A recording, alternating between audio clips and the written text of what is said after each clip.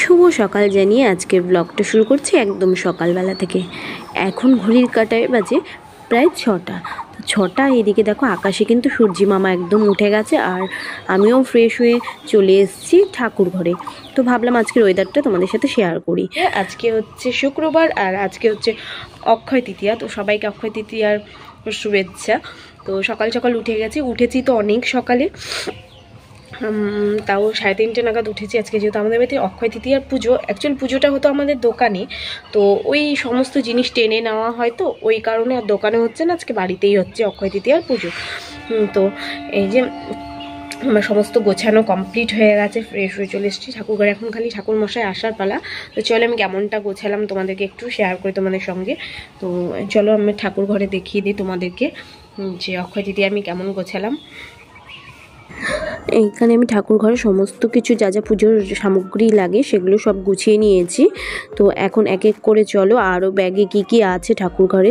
যেমন ঠাকুরকে একটা মালা এনেছি, সেটাও গেঁথে পরিয়ে দেবো। গাঁথাই আছে, ওটাকে জাস্ট কেটে এখন আমরা ঠাকুরের গলায় পরিয়ে দেবো। আর এমনি তো ঠাকুরের সঙ্গে ছোট একটা মালা এনেছি, ওটা ঠাকুরকে আগেই পরিয়ে দিয়েছি। আর আজকে কিন্তু আমাদের বাড়িতে শুধু গণেশ পুজো হচ্ছে। অনেকে লক্ষ্মী গণেশ পুজো করে, কিন্তু আমরা শুধু গণেশ পুজোটাই করি।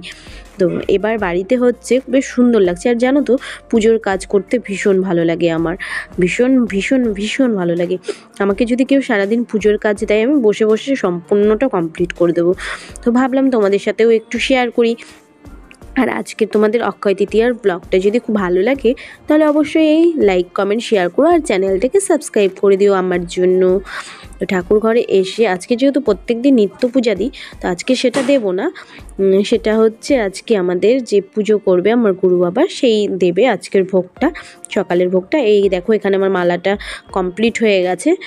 তো এটা এখন হচ্ছে গণেশ ঠাকুরকে পরিয়ে দেবো। আর এখন জাস্ট ঠাকুরমশাই আসার পালা, তাহলেই আমাদের পুজোটা শুরু হয়ে যাবে। তো ওয়েট করছি যে কখন আসবে আমাদের গুরু বাবা। তো চলো তোমরাও পুজোটা দেখতে থাকো। আর তোমাদের বাড়িতে বা কাদের দোকানে পুজো হয় একটু কমেন্টে হচ্ছে জানাবে। আমাদের তো আজকে খুব আনন্দ, যেহেতু এবার বাড়িতে পুজো হচ্ছে। প্রত্যেকবার তো দোকানে হয়, কি হয়ে যায় দোকানে হলে কি হয়, সমস্ত কিছু বাসনপত্র সমস্ত কিছু টেনে নিয়ে যেতে হয়। তো সেই জন্য এবার আমরা হচ্ছে বাড়িতে পুজোটা করে নিচ্ছি। তো চলো, এবার আমার মালাটাও কমপ্লিট হয়ে গেছে।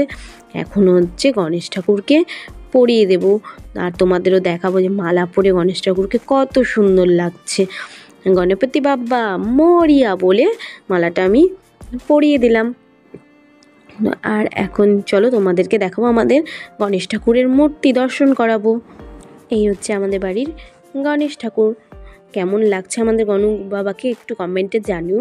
আর এইদিকে দেখো আমি পুষ্পপত্রও সাজিয়ে নিয়েছি, এইদিকে ফল মিষ্টি নৈবেদ্য সব কিছু সাজিয়ে দিচ্ছি। আর ওইদিকে গোপালের ভোগটাও রেডি করেছি, যেহেতু গুরু বাবা এখনই চলে আসবে পুজো করতে। তো তাই ওয়েট করছি গুরু বাবার জন্য কখন আসবে। আর আজকের ভোগটা গুরু বাবাই নিবেদন করবে, যেহেতু উনি আমাদের বাড়ির গুরুদেব। তো এইদিকে দেখো গুরু বাবাও ঢুকে পড়েছে, আর পুজোও শুরু হয়ে গেছে। এখানে গণেশের আরতিও হয়ে গেছে। এখন হচ্ছে আমাদের যে দোকানের খাতা শুভক্ষণ করা হয়, তো সেইটাই হচ্ছে, খাতা শুভক্ষণ করছে আমাদের গুরু বাবা। আর পুজোও প্রায় শেষের দিকে। তো আজকের এই পুজোর ব্লগটা তোমাদের কেমন লাগলো, যদি ভালো লাগে অবশ্যই লাইক কমেন্ট শেয়ার করো, আর চ্যানেলটিকে একটু বেশি বেশি করে সাবস্ক্রাইব করে দিও। টাটা সবাইকে।